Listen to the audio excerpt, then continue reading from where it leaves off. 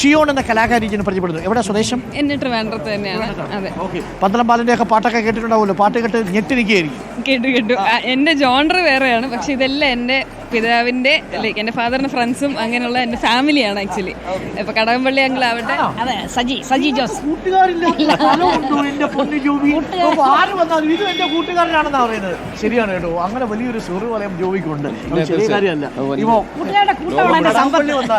വന്നാലും വന്നാലും ജോവി എന്ന് പറയുന്നത് അവിടെ ഉണ്ട്, ഒരു താരമാണ് അല്ലേ. നമ്മൾ തിരുവനന്തപുരം നഗരത്തിലെ ഒരു താരമായിരുന്നു എല്ലാ കാലത്തും അല്ലേ. ഞങ്ങളുടെ ഐക്കണാണ്, തിരുവനന്തപുരം നഗരത്തിന്റെ ഐക്കണാണ്, ഭാഗ്യചിഹ്നമാണ് ജോവി എന്ന് പറയുന്നത്. അപ്പോൾ നമ്മൾ ഷിയോണിന്റെ ഒരു പാട്ട് കേട്ടാലോ? അപ്പോൾ ഷിയോണിന്റെ ഒരു പ്രകടനം. ഷിയോൺ ഇപ്പോൾ എന്തൊക്കെയാ ചെയ്യുക? ഒരുമിച്ച് പാട്ട് പാടും, ഗിറ്റാറും വായിക്കും. ഞാനൊരു ഇൻസ്റ്റഗ്രാം ഇൻഫ്ലുവൻസർ ആണ്. അപ്പോൾ എൻ്റെ കണ്ടന്റ് എന്ന് പറയുന്നത് സോങ് ഫോർ പബ്ലിക് ആണ്. ഞാൻ ആൾക്കാരിലേക്ക് അങ്ങോട്ട് പോയി റാൻഡം ആയിട്ടുള്ള ആൾക്കാർക്ക്, സ്ട്രേഞ്ചേഴ്സിന് പാട്ട് പാടി കൊടുക്കും. പാട്ട് പാടി കൊടുക്കും. ഞാൻ എനിക്കറിയാവുന്ന പാട്ട് അത്ര എത്തിയിട്ടില്ല. പെട്ടെന്ന് സൂര്യകാന്തി എന്നൊക്കെ പറഞ്ഞു കഴിഞ്ഞാൽ ഏത് സൂര്യകാന്തി?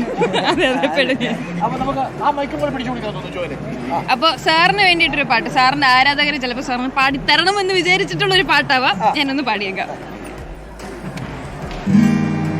അന്നെന്റെ കരളിൽ ഒരു കൂടൊരുക്കിയില്ലേ, നീലവിഴിക്കോടുകളിൽ കവിത കണ്ടില്ലേ, ഇന്നും നിന്നോർമ്മയിൽ നോവുണരുമ്പോൾ മാഞ്ഞങ്ങ് പോവരുതേ വാർമഴവില്ലേ, മല്ലികപ്പൂവിരിക്കും മാർഗഴിക്കാറ്റ്, ഇന്നെന്റെ നെഞ്ചിനുള്ളിൽ തേൻകുയിൽ പാട്ട്, വെള്ളിക്കോലിസിട്ട് കാലത്ത് കേൾക്കാൻ കാത്തിരിക്കും എന്റെ ഹൃദയം, നിനക്കും മാത്രമായി. ഓ ഓ ഓ സുന്ദരിയേ വാ, സുന്ദരനേ വാ, ജീവനാണ് നീ പ്രണയിനി.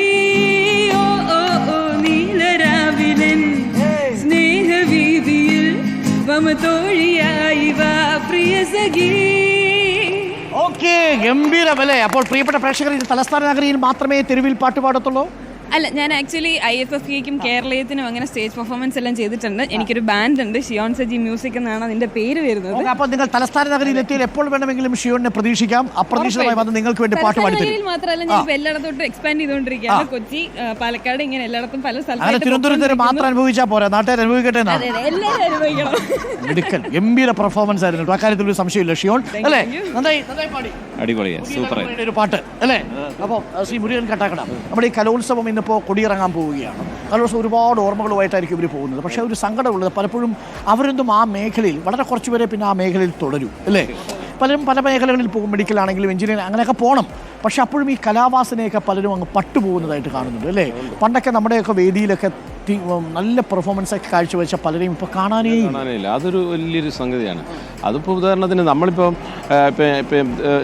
ശ്രീ പന്തളം ബാലനൊക്കെ അറിയാമല്ലോ, നമ്മൾ ഈ കേരളത്തിലെ സംഗീത കോളേജിൽ നിന്ന് ഒരു വർഷം ഇറങ്ങുന്ന എത്ര സംഗീത മാസ്റ്റർ ഡിഗ്രി കഴിഞ്ഞ് ഇറങ്ങുന്ന അതിന് ആയിരക്കണക്കിന് ആളുകൾ ഇറങ്ങുകയാണ്. അതിൽ എത്ര പേര് പാടുന്നു, എത്ര പേരെ നമ്മൾ കാണുന്നു. അങ്ങനെ ഒരു പ്രശ്നം ഇതിനകത്തുണ്ട്. അതിനകത്ത് ഈ സംഗീതം അല്ലെങ്കിൽ കല കൊണ്ട് സർഗവാസന കൊണ്ട് ജീവിക്കാൻ കഴിയുമെന്നൊരു തോന്നൽ പുതിയ തലമുറയ്ക്ക് ഉണ്ടാക്കി കൊടുക്കാൻ നമുക്ക് ഇതുവരെ കഴിഞ്ഞിട്ടില്ല.